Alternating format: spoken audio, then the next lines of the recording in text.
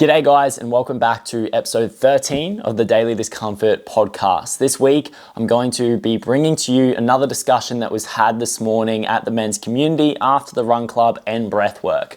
So the topic of discussion today was distractions through social media and media platforms like TV or movies. And the reason for this is that a lot of the guys that are there, or the majority of us that are in this community, are trying to better ourselves. We are trying to connect to a community, but we have values, we have beliefs, we have goals for ourselves. And when we distract ourselves from this, we slow ourselves down. When we distract ourselves from this, we aren't as aligned with what those values, beliefs, and what those goals are. So why I brought this up today was to raise a little bit of awareness, provoke a little bit of thought in this area. Now, it was from a personal experience that I noticed recently. I'm someone that used to sit there in front of my TV each night as a distraction from whatever was going on with my life. It was a habit that I developed over the years. Now, to dive straight into it, the root cause of this habit of sitting there eating TV, and this was in part when I used to have a binge eating issue, is that I found safety and I found comfort through this habit, because when I was younger, I wasn't always around my parents or family at night time, and I didn't always feel safe in that setting. And I've seen that creep back in over the years. So something I've done in the past 12 to 18 months was actually get rid of a TV. I don't own a TV anymore. The only thing I've got, and what I've started to notice creep back in, is a little iPad that sits down here on my coffee table. And I've started to see how I've created the same habit, because I originally convinced myself that I could just educate myself by watching videos on YouTube, but it slowly started to become entertainment again. It slowly started to become that little habit of me making dinner, maybe getting a dessert, sitting down, watching some conspiracy theories on YouTube, and just chasing that dragon, just chasing that high. And when I noticed this creep in, I started to ask myself, is this aligning with my higher self? Is this aligning with my values, with my beliefs? Is it helping me towards my goals? Now, don't get me wrong, this is not a video telling you that you need to completely eliminate social media and media from your life, but the main message is how we moderate it, how we know or how we separate education from entertainment, how we start to know when we're leaning into a habit that doesn't really serve us, but we're actually just distracting ourselves from maybe issues that we are having on a mental and emotional level, or maybe we do have some unmet needs, which is one of the points I'll bring up that one of the boys raised today. So without further ado, the overarching challenge that the boys had as we moved through the circle was one of the most relatable ones, and that was with doom scrolling. Jumping on Instagram, jumping on TikTok, chasing that dragon, watching the videos, and just going down that rabbit hole. And we've all done it. We've spent minutes, hours at times going into that loop, and at the end of it, you just feel depleted.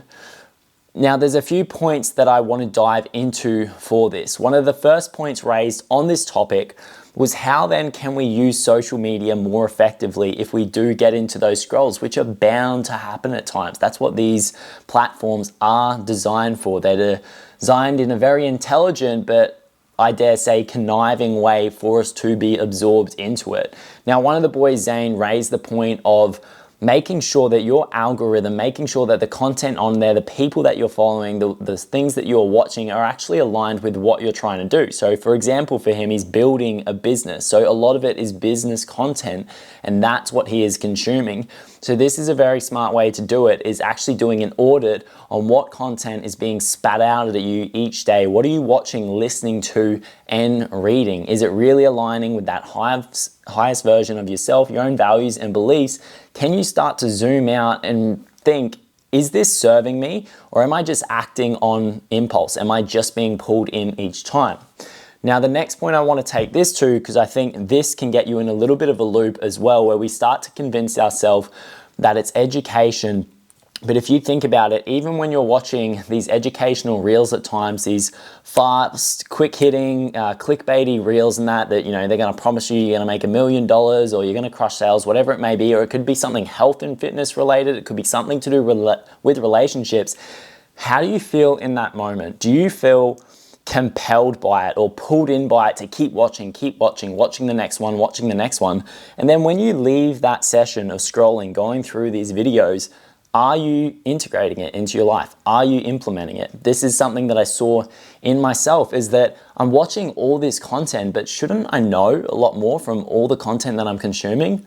Not really, because I'm not actively learning. I'm not sitting there taking notes. I'm not talking about it or trying to teach it straight away. I'm not having conversations about it. I'll say all the time, because there are a few things that have popped up recently.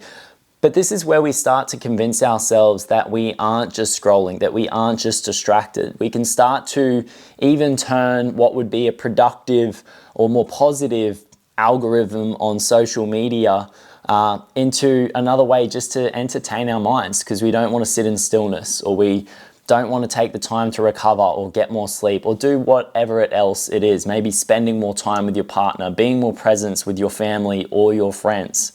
So we've got to make sure that we're not confusing education with entertainment. I think that's one of the biggest points to get by, and it takes you zooming out, looking at your actions, noticing the intention behind them. Am I actively trying to learn something from this content here? And funnily enough, where this podcast is going to be broadcasted, I think one of the better places to look at is YouTube or is podcasts. We can still use it in the same way. However, you're listening to longer pieces or watching longer pieces of content, which require you to have a longer attention span. The issue with other platforms on social media is their 5, 10, 15 second videos, maybe up to 2 or 3 minutes long, and your attention span is always flicking from one thing to another. So that is something I'd highly recommend being conscious of, and something that I've taken away from this discussion today, knowing that I need to be more conscious of it. But on the note, for myself, YouTube is also a challenge too. So it's setting my own intentions and thinking, what do I actively want to learn from this video or from these videos that I'm watching? Now, the next thing that this steps into is something that we call brahmacharya, which is the 4th yama of yoga. So I hope I haven't lost you there with any sort of woo-woo thoughts, but this is something that I've learned and I've started to teach in my breathwork and meditation classes as we move through these yamas and niyamas, which are principles of how we discipline ourselves and how we treat other people in the world around us. Now, this one regards moderation and a little bit of restraint, and ideally, it is the outcome that you're not seeking external pleasure for fulfillment.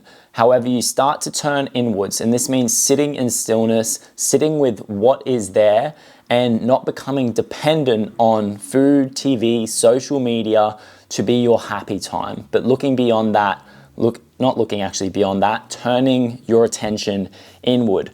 Now, as I said at the start of the video, it's not about elimination when it comes to these things. It's about moderation.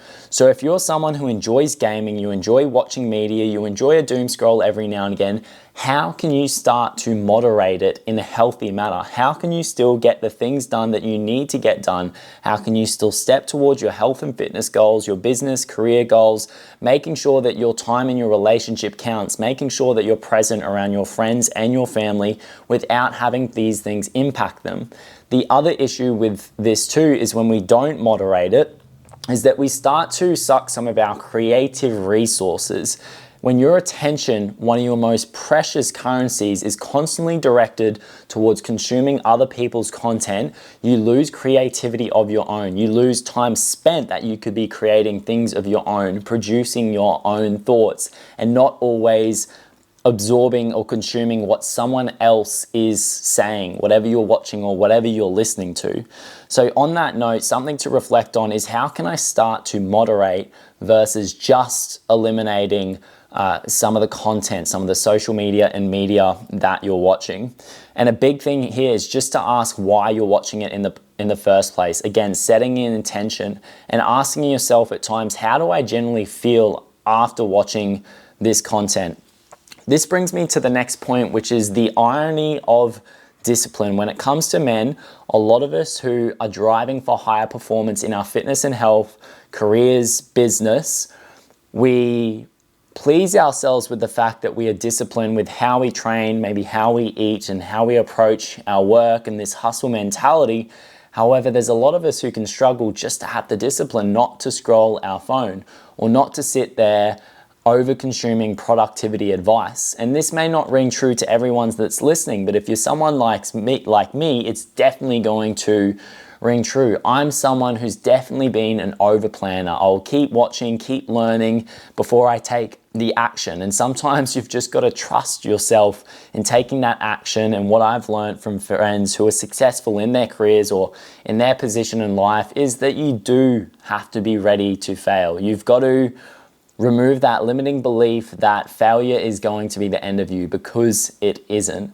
So when it comes to discipline, when it comes to over-consuming content, when it comes to choosing the content that you are consuming, it's not just about eliminating it, because this is the issue with that all-in or all-out mentality. You will eliminate it, and then you're probably going to beat yourself up once you bring it back in and you go in this all-in, all-out cycle where you're not consuming content, then you're consuming heaps of it, then you feel shit about yourself. You may as well set a limit on it. And I believe that's where the real discipline is. It's just like someone who is on a diet and they're saying, I'm not going to eat any ice cream for 12 weeks, rather than saying I'm going to eat it once a week over this 12-week period, and I'm not going to have any sort of binge at the end of it or feel like I'm just going to open the floodgates.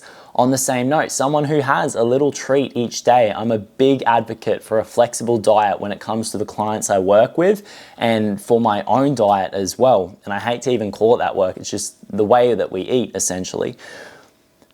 When we have this all in or all out mentality, when we think that we constantly have to eliminate all the bad and we're not able to moderate it, I think it's actually a little bit of a cheap escape from building the real discipline to know you can have the slice of cake and not eat the whole thing, to know that you can scroll for 20 minutes but put your phone down, or that you can watch an episode of TV or watch a movie on the weekend and not feel like you have to do it every night. If that resonates with you guys, let me know. If you're someone who's in that all in, all out club, I've definitely been that guy in the past, and I'm not going to say now that I'm not going to be that guy as well in the future.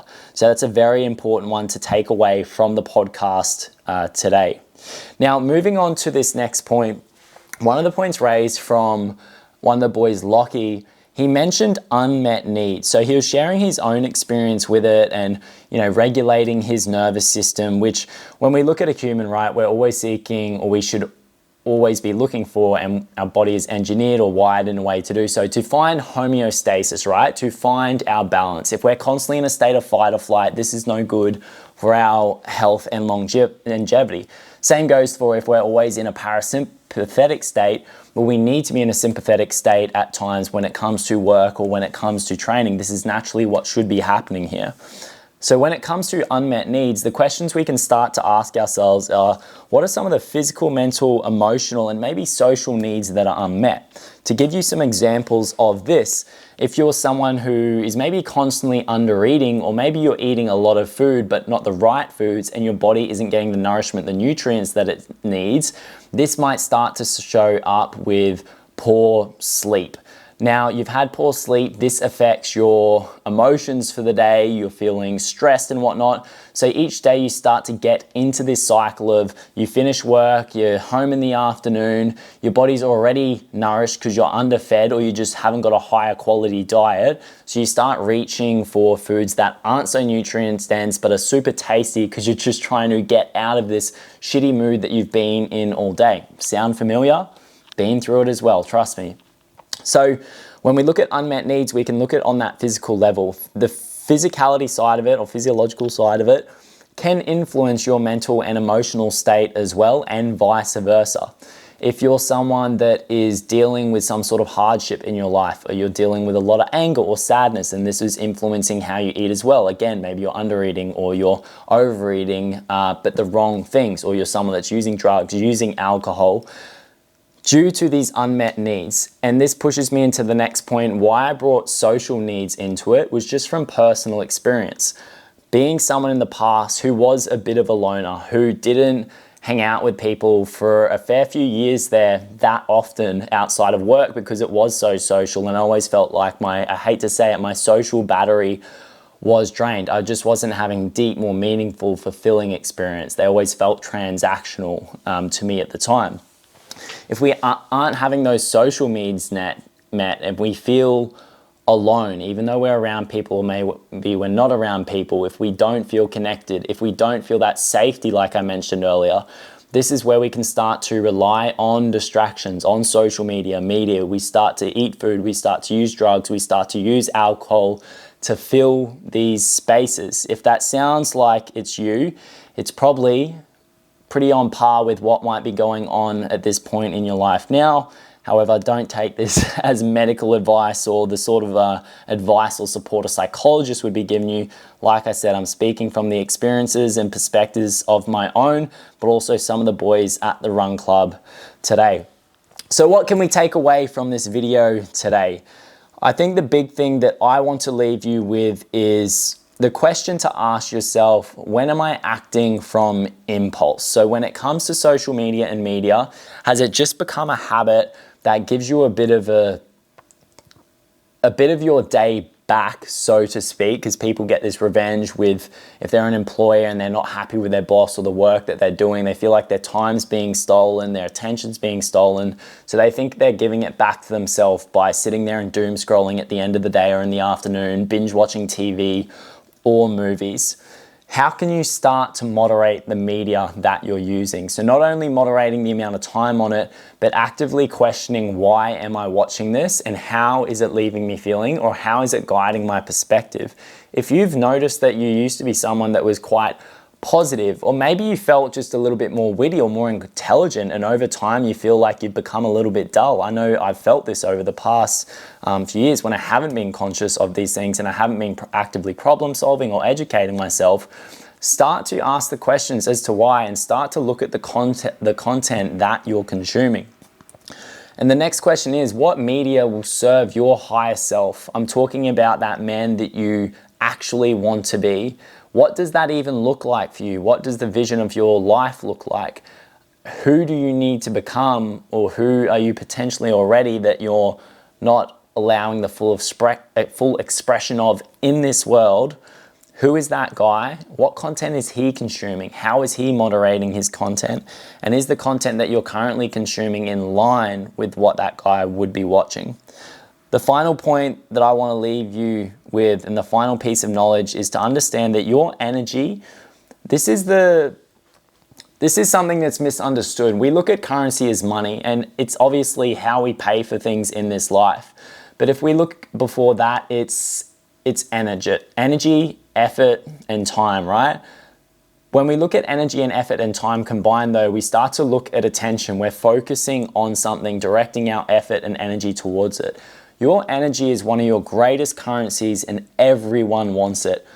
I want it right now. If you're listening to this podcast and YouTube video, if you're following me on social media on Coach Michael Stone or Daily Discomfort AU, shameless plug, that is attention, right? Now, I'm not sitting there going, please give me likes, but I'm putting content out there. I've got a message that I want to provide to the world, and I want you guys to pay attention because I feel like it'll positively impact your life. And there's a lot of people out there, there's a lot of coaches out there who are trying to get people to wake up or look after their bodies more, look after their mental health and well-being more. They're trying to help men, and they're coming from a good place. However, there's a lot of people out there who, quite frankly, don't give a shit.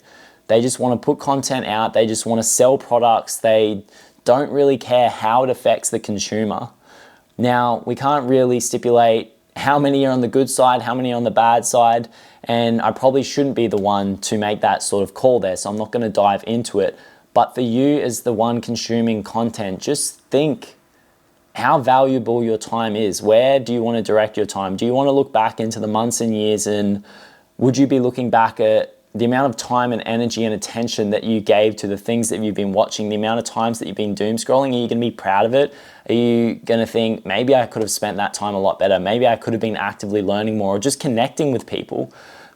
I know I say the final point like 2 or 3 times in a video, but literally the final point for today is that one of the best things that I have found in my relationship now is that it actually was founded upon very minimal screen time. My partner and I hardly watched movies or TV or hardly on our phones at the beginning of our relationship, and I've noticed it creep back in because I've let it creep back in. But something that I notice about that is that it did influence, dare I say, happiness.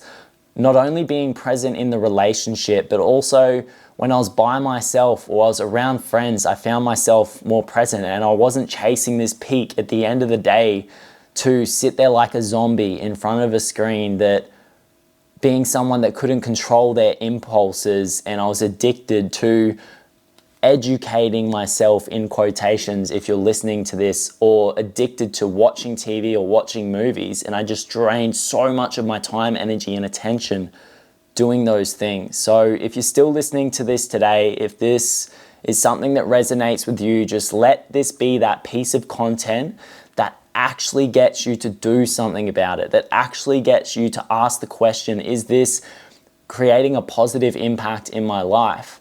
And finally, remember, it's not elimination, it's moderation. You can still have time to game, watch the TV and movies, scroll on social media, but have the discipline to moderate it, not just to eliminate in it or overindulge in it.